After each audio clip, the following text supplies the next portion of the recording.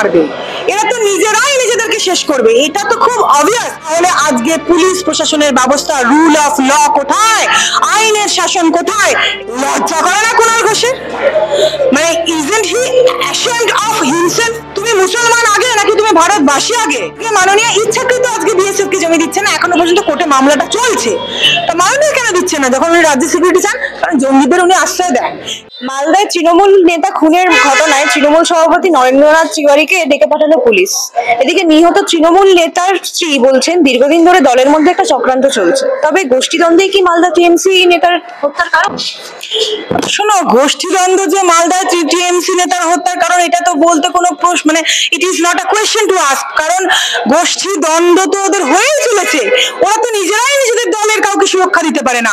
আজকে পুলিশ মন্ত্রী হিসাবে যেখানে ধরো ফেলিওর, আজকে পুলিশ মন্ত্রী মাননীয়া, আজকে যেখানে স্বাস্থ্যমন্ত্রী হিসাবে উনি ফেলিওর, প্রতিটা মন্ত্রিত্বটাই পদ ওরা রিজাইন করা উচিত ছিল, কিন্তু উনি সেটা করবেন না। উনি ক্ষমতার মানে মহড়ায় টিকে ওনাকে থাকতে হবে, যেভাবেই হোক, সেটা চুরি করে হোক বা চোরদের সাম্রাজ্য প্রতিষ্ঠা করে হোক, মূর্খের রাজনীতি করে হোক বা মূর্খদেরকে শিক্ষা ব্যবস্থার উঁচু স্তম্ভে পৌঁছে হোক এবং শিক্ষিত যুব সমাজকে পায়ে পুষে দিয়ে হোক, তাহলে যে অশিক্ষিতরা আজকে ধরো ঘুষ দিয়ে এসআই হচ্ছে, এসআই হয়ে তারা বছরের পর বছর চাকরি করে তারা আজকে ওসি পোস্ট পাচ্ছে, তারা আজকে নোংরা নোংরা খিস্তি খাবারই গালাগাল করে থানায় গেলে তুমি কোনো ভদ্রলোক যদি আজকে এফআইআর করতে যায় তাহলে তাকে আজকে মার খেতে হয়। এই হচ্ছে আমাদের পুলিশের অপশাসন তথা পুলিশ মন্ত্রী মাননীয় ফেলিওর।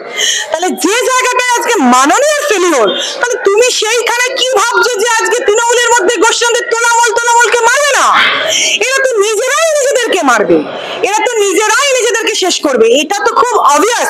আর সবচেয়ে বড় কথা, এর থেকে যেটা মানুষকে যেটা বুঝতে হবে, সাধারণ মানুষের উদ্দেশ্যে আমার এটাই বক্তব্য, আপনারা কিন্তু এটা খুব ভালো করে বুঝেছেন যে আজকে পুলিশ ব্যবস্থা কতটা নিষ্ক্রিয়। আজকে মুর্শিদাবাদে 11 বছর ধরে জঙ্গি ঘাঁটি করে বসে মানে গেড়ে বসে রয়েছে, আজকে কাশ্মীর থেকে আজকে জঙ্গি ধরা পড়ছে আজকে আমাদের বাংলায়, ক্যানিং এর জল দিয়ে সে পালাতে গিয়ে আজকে বাংলাদেশের জলে পালাতে গিয়ে সে আজকে ধরা পড়ছে। আজকে এগুলো কার ফেলিওর? কতটা জঙ্গিরা নিজেদেরকে সেফ হোম বলে যেখানে মনে করে এই রাজ্যে বসে, এই রাজ্য আজকে রাজ্যবাসীর সেফটি সিকিউরিটি কতটা, আপনার আমার সেফটি সিকিউরিটি কোথায়? আপনি ভাবুন, আজ যদি তৃণমূলের নেতা যদি আজকে এইরকম ভাবে মৃত্যুবরণ করে, তাহলে আজকে পুলিশ প্রশাসনের ব্যবস্থা, রুল অফ ল কোথায়, আইনের শাসন কোথায়? এখানে কোনো আইনের শাসনই নেই। দিস ইজ অ্যাকচুয়ালি শাসকের শাসন, এটা আপনারা বুঝুন, মানুষকে বুঝতে হবে, মানুষকে আবার হতে হবে। শাসকের চোখে চোখ রেখে প্রশ্ন করার ক্ষমতা আপনাদেরকে দিতে হবে। আমাদের গণতন্ত্রের রাজা বলে কেউ হয় না, যে বা যারা নিজেদেরকে রাজা বা রানী মনে করেন, সেই পাওয়ারটা আপনারা নামিয়ে দিন, দড়ি ধরে মেরে টান রাজাকে রানীকে আপনারা খান খান করে দিন, কারণ গণতন্ত্র আপনাদেরই পাওয়ার।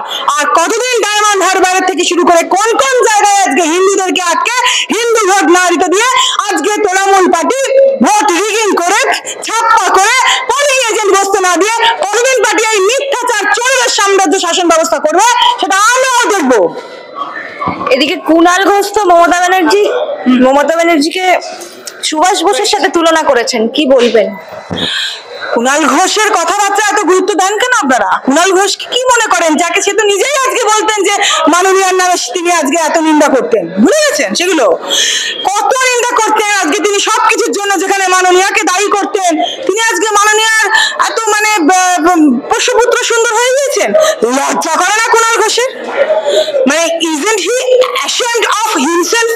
তার কি এটা মনে হয় না যে আজকে তিনি আজকে আমাদের যে দেশপ্রেমিক, আজকে মাননীয় আমাদের মহাশয় নেতাজি সুভাষচন্দ্র বোস, যার বই পড়ে আমরা বড় হয়েছি, যার বই না পড়ে, যার বইয়ের ইতিহাসের পাতায় না পড়ে আমরা প্রাথমিক শিক্ষার থেকে শুরু করে মাধ্যমিক উচ্চ মাধ্যমিক কোনো শিক্ষাই আমরা অর্জন করতে পারবো না?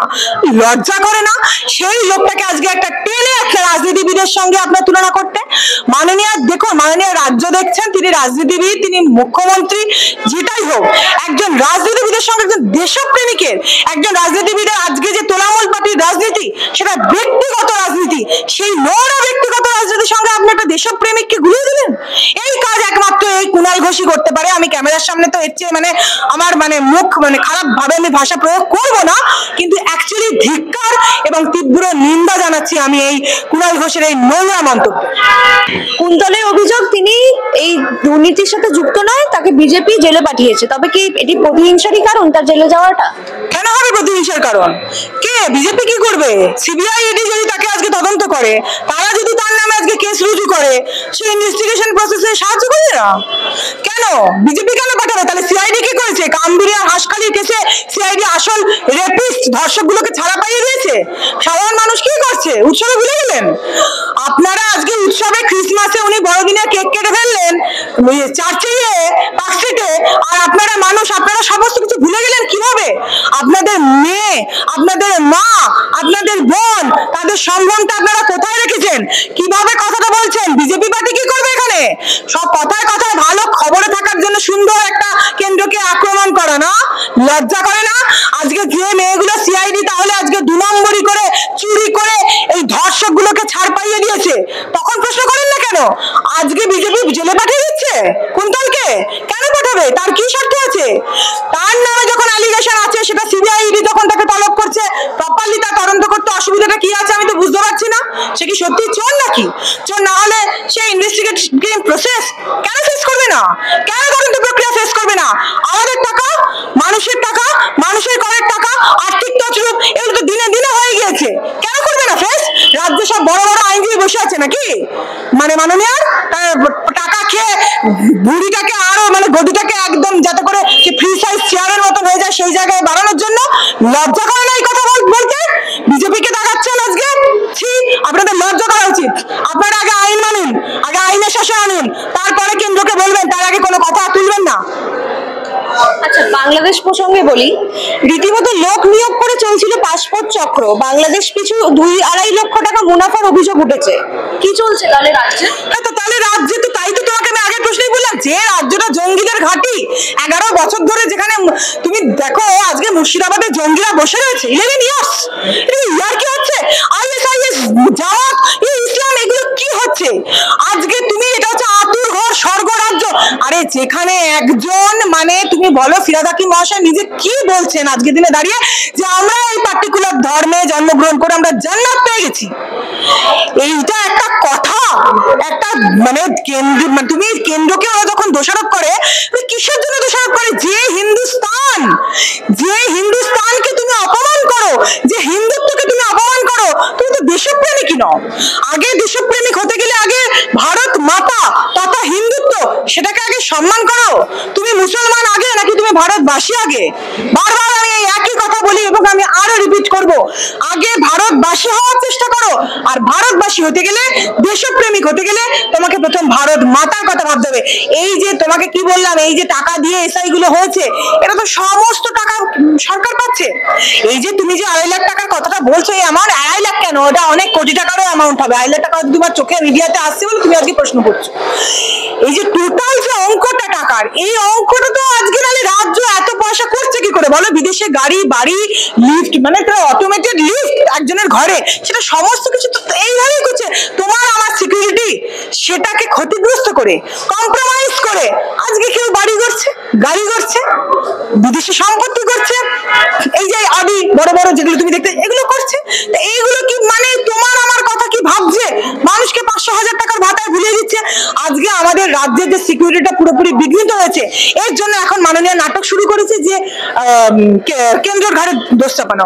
আরে ভাই, তোমরা তো ল্যান্ড অ্যাকুইজিশন অ্যাক্টের মাধ্যমে মামলা ফামলা করে সেগুলো সুযোগ নিয়ে আজকে যে পরিমাণ জমিটা বিএসএফ এর পাওয়ার কথা টোটাল 2200, সেইটা তুমি তো দিচ্ছ না। 931 কিলোমিটার মতন পেয়েছিল সিপিএম আমলে, আর হচ্ছে তোমার টিএমসি তে কিছু অল্প মমতা সরকার আসার পর দিয়েছে। তাহলে টোটাল যে জমিটা বিএসএফ পায়, সেই জমিটার তুমি যে সেটাই তো দাওনি, অঙ্কটাই তো তুমি দাওনি। তাহলে তুমি আজকে শয়তানি করছো, মানুষকে তো আসলে ভুল বুঝে দিচ্ছ। হেডলাইন একটা ধরো পেপারে ছাপিয়ে দিচ্ছে, মিডিয়া গুলোও দালাল, হেডলাইন করে মানুষ দেখে নিচ্ছে বা এটা ঠিক এটা ভুল, তারাই তো শেষ কথা বলে দিচ্ছে না। খবর তো আলটিমেটলি তুমি যেটা দেখাবে সেটাই, সেটা তো ঠিক নয় সবটা। তাহলে যেটা জেনুইন খবর, যেটা ঠিক খবর, যে আজকে মাননীয় ইচ্ছাকৃত আজকে বিএসএফ কে জমি দিচ্ছে না, এখনো পর্যন্ত কোর্টে মামলাটা চলছে, তা মাননীয় কেন দিচ্ছে না যখন উনি রাজ্য সিকিউরিটি চান? কারণ জঙ্গিদের উনি আশ্রয় দেন।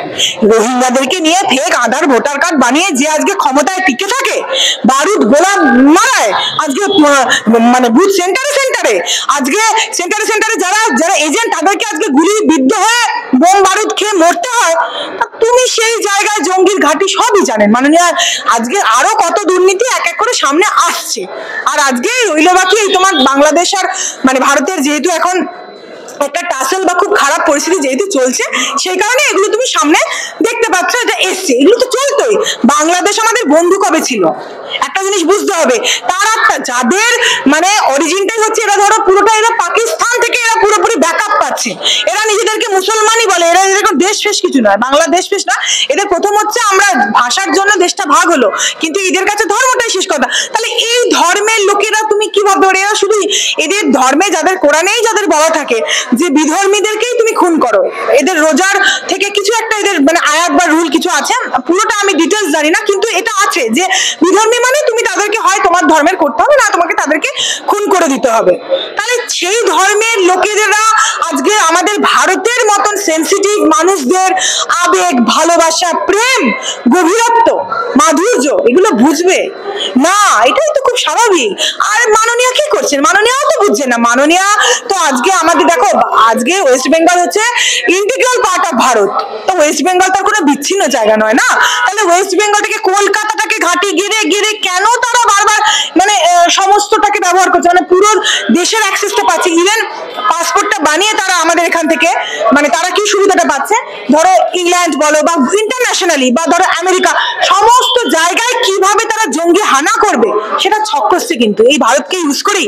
এবং ভারতের ওপরেও কথা কি আজকেই পশ্চিমবঙ্গ, সেটা মাননীয়। এটা লজ্জার নয়?